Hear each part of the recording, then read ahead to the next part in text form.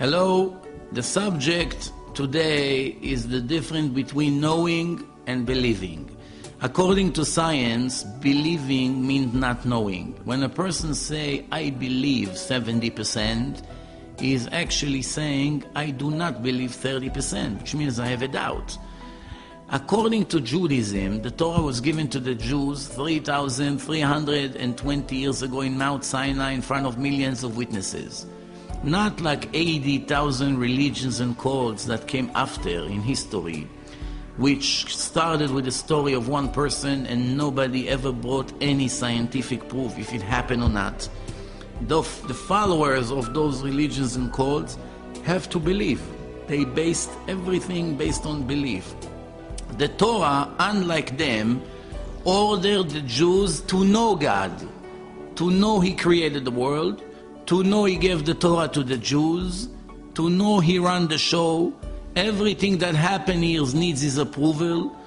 Everything that the Torah says, we can reach 100% knowledge. However, we have a minor problem. What is the problem? As a creation, a person was created by his Creator. The Creator ordered him that he has to know 100% that God is the master of the universe, and with the 5 senses that we were created with, unfortunately, we cannot prove that.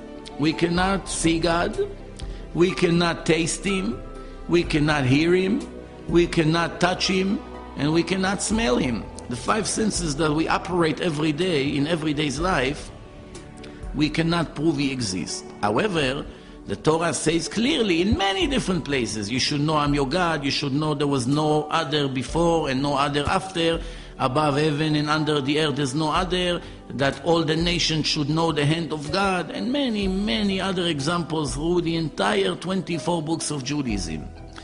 So the order is absolutely clear. How to get to it, we need to explain. Here comes the explanation. In the brain of the person, according to Kabbalah, there are 3 different sections. We have a section that called Chokhmah, intelligence. We have the second section, which is in the left side of the brain. It's called Bina, wisdom, the ability to understand one thing from the other, even though it wasn't told to us clearly. And the third section is called Da'at, which is the upper section above Chokhmah and Bina. What's the difference between all 3? When a person hears a story based on his knowledge, his intelligence, he hears the details and he knows what was told. Sometimes in a story there are missing details. If I say 2 times x equals 6, nobody told me how much x is worth.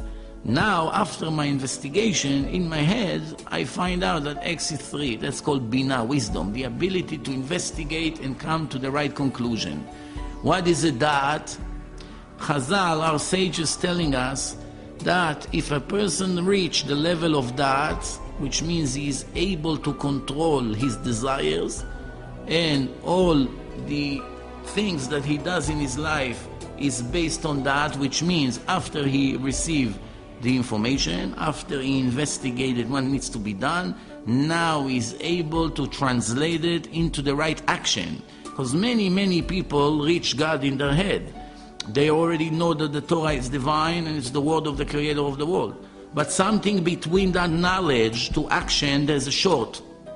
They never translate it to live in the right way and to head to the right direction. So the Torah says, if a person has that, if he has this ability, basically he's a perfect human being. If he doesn't have it, no matter what he has, he can have buildings and wealth and children and success in all the things he does.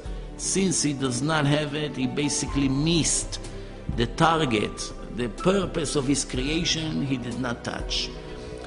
To conclude, we have to understand, inside the Torah, there are many portions that by investigating and reading it carefully, we come to only one conclusion. No human being whatsoever, no matter how many you can combine together, with all the technology, and as many years as they need, with budget, unlimited budget, none of them would be able to write those specific portions in the Torah that indicates that only the creator of the world was able to write such things.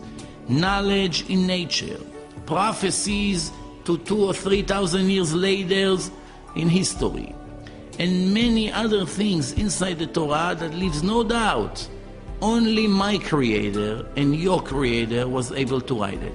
Why it's so important to know?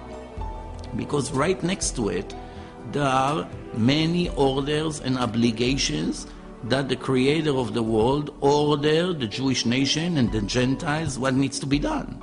So if we're able to prove 100%, absolutely, with no doubt that the Torah is divine, who would miss such an opportunity to follow the orders of his creator, to inherit the life of eternity as the Torah promise?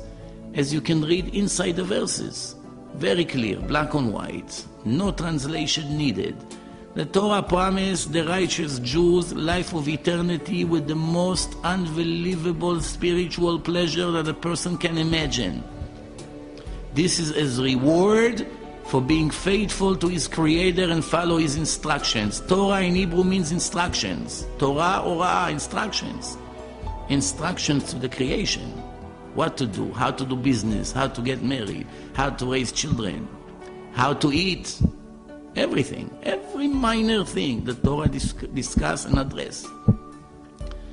We have to understand, ignorance is the biggest danger to our life. If a person did not invest few hours a day for a certain period of time to analyze, to review the Torah carefully, he made the biggest mistake that a person can possibly think of. Not knowing that something exists does not solve your problem. A person has to be aware, what is the purpose of my creation? Somebody put me here. This whole world was made for me. This book was given to me. There are a few million people in the world that follow it strictly. Everyone is foolish. Everyone that learn in this book hours every day for months, for years, for tens of years, for so many generations in the last 3,200 years, the greatest philosophers in history follow the instruction. All of them were foolish. Maybe I'm foolish. Maybe I'm ignorant. Maybe not foolish. I can be a genius in math, in computer, in medicine, but complete ignorant in Judaism, which is the most important thing to our life. Thank you very much.